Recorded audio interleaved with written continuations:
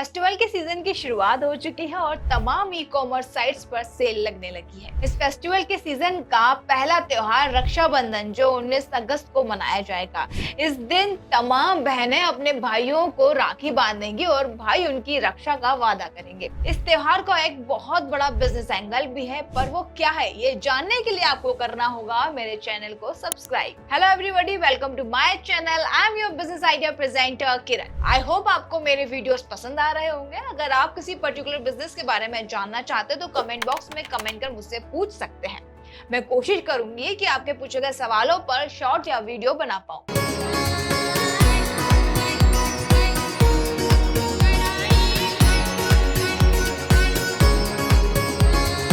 तो चलिए जानते हैं कि कैसे आप राखी का बिजनेस शुरू कर सकते हैं। यूँ तो देश विदेश की बहनों को राखी की जरूरत होती है और इसका हजारों करोड़ों रुपए का बिजनेस भी होता है। अब आप भी इस त्योहार के मौसम में राखी का बिजनेस शुरू कर कुछ ही दिनों में तगड़ी कमाई कर सकते हैं। आइए जानते हैं कैसे शुरू कर सकते हैं इस राखी का बिजनेस। पर उससे पहले समझते हैं राखी के बिजनेस में स्कोप। ट्रेडर्स बॉडी CAIT के मुताबिक भारत में राखी का बिजनेस करीब 6000 करोड़ रुपए का है। 2020 से पहले तक के आंकड़ों के अनुसार सिर्फ चीन से लगभग 4000 करोड़ रुपए की राखियां आती थी। अब भारत में धीरे धीरे चीन की राखियों का इस्तेमाल कम हो रहा है और लोग भारत की ही बनी राखियों का इस्तेमाल कर रहे हैं। यानी देखा जाए तो राखी के बिजनेस का बड़ा स्कोप है। कम निवेश में होता है तगड़ा मुनाफा। अगर आप भी राखी का बिजनेस करने के बारे में सोच रहे हैं तो सबसे पहले ये जान लीजिए कि इसमें बहुत ही कम निवेश में मोटा मुनाफा होता है। अच्छी बात यह है कि इस बिजनेस को आप घर से ही शुरू कर सकते हैं। इसमें आप 20 से 50 हजार रुपए तक लगाकर लाखों कमा सकते हैं।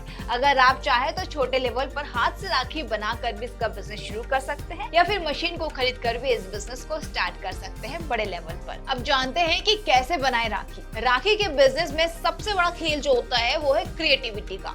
अब आपकी राखी को हर किसी से यूनिक होनी चाहिए ताकि वह ज्यादा से ज्यादा लोगों को अपनी ओर अट्रैक्ट कर सके। अगर आपकी राखी सबसे यूनिक होती है तो आप मोटी कमाई कर सकते हैं, क्योंकि तब लोग ज्यादा पैसे देकर भी आपकी उस यूनिक राखी को खरीदना पसंद करेंगे। आपको सिर्फ रंग बिरंगे रेशम के धागे, रंगीन ऊन, सजावट के लिए क्राफ्ट मोती सितारे और सूती धागे की जरूरत होगी। इसके आगे आप जितना क्रिएटिव सोच सकते हैं सोच लीजिए और फिर उसे बाजार में उतार दीजिए।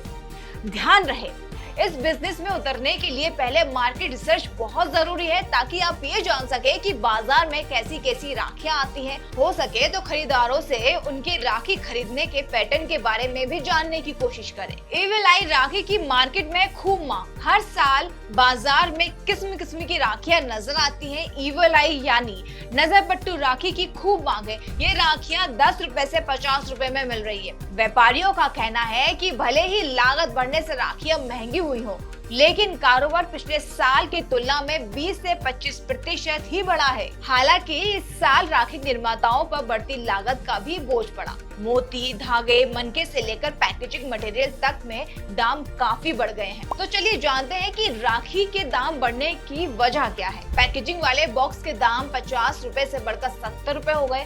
राखी की प्रिंटिंग भी 50% महंगी हुई है। राखी बनाने में इस्तेमाल होने वाली पन्नी 300 से 400 रुपए से बढ़कर 400 से 450 रुपए में मिल रही है, जिससे राखी की लागत 3 से 5 रुपए बढ़ चुकी है। मोती 300 से 2500 रुपए किलो बिक रहे हैं। इसकी वजह से राखी के दाम बढ़े हैं।